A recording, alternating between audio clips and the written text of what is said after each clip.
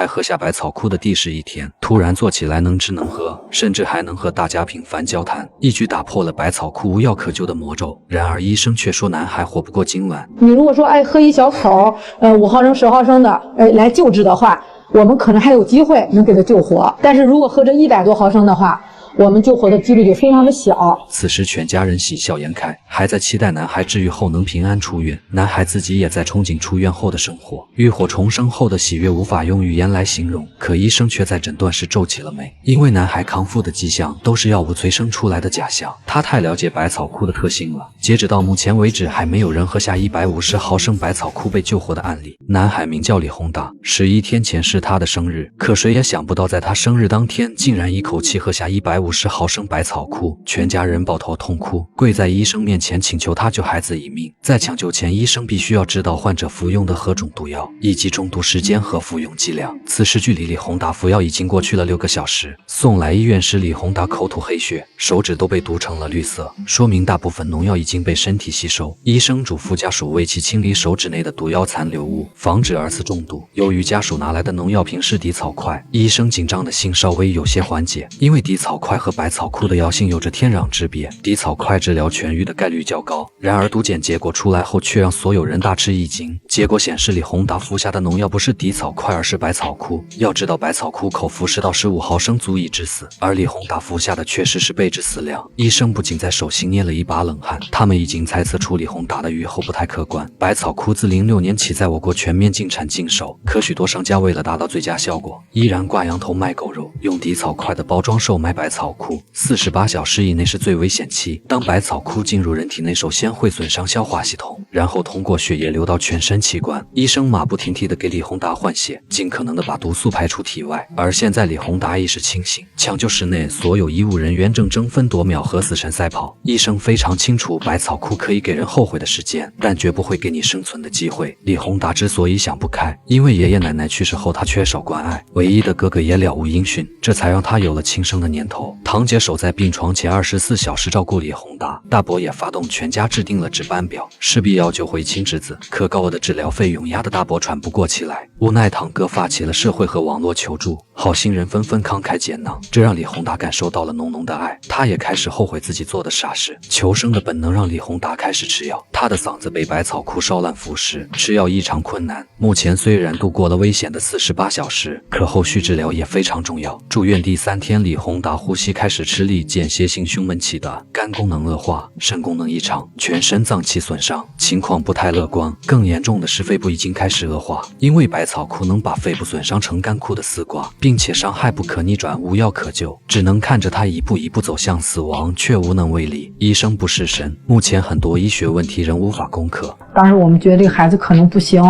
最终可能治不活，不得已下达了病危通知书。家属听到这个结果后哭得痛不欲生。为了能给李宏达生还的机会，医生决定加大激素的用量，虽然会引发股骨头坏死、高血压、糖尿病等并发症，不过比起死亡，这些并发症根本不算事。按照大伯的说法，生活再艰难总能过去，如果没有生命了，一切都白搭。大娘每日往返家中给李宏达精心准备食物，由于药量加大，3天后李宏达的症状慢慢好转，亲人和医生的关爱让李宏达重新看到了生的希望，所有人都在盼望奇迹的出现。入院第11天，李宏达胃口大开，能吃能喝，并且活动自如，看起来和正常人无异，肝肾功能也接近正常，貌似有了康复的希望。然而当医生看了 CT 胶片后，笑容突然消失，李宏达的肺部依然在持续损伤，没有任何恢复的迹象。简单的来说，李宏达保不住了。这孩子保不住，坚持这么多天，我觉得也比咱们预想的要好一点。好，我也认为预想的可能活不过几天。谢谢你。目前家属能做的事情，就是让病人在人生最后阶段得到满满的爱。此刻全家只有李宏达一个人不知道自己命不久矣，还躺在病床上对未来充满幻想。入院第27天，毒素扩张了整个肺部，李宏达无法自主呼吸，医生已经无力回天。随着机器发出一声刺耳的轰鸣，最终李宏达带着遗憾离开了人世间。医生的眼泪始终在眼眶打转，眼看着病人在自己面前死亡，而他们却无能为力，这是身为白衣天使的遗憾。好了，本期影片到这里了，我是怪兽的树，下期见。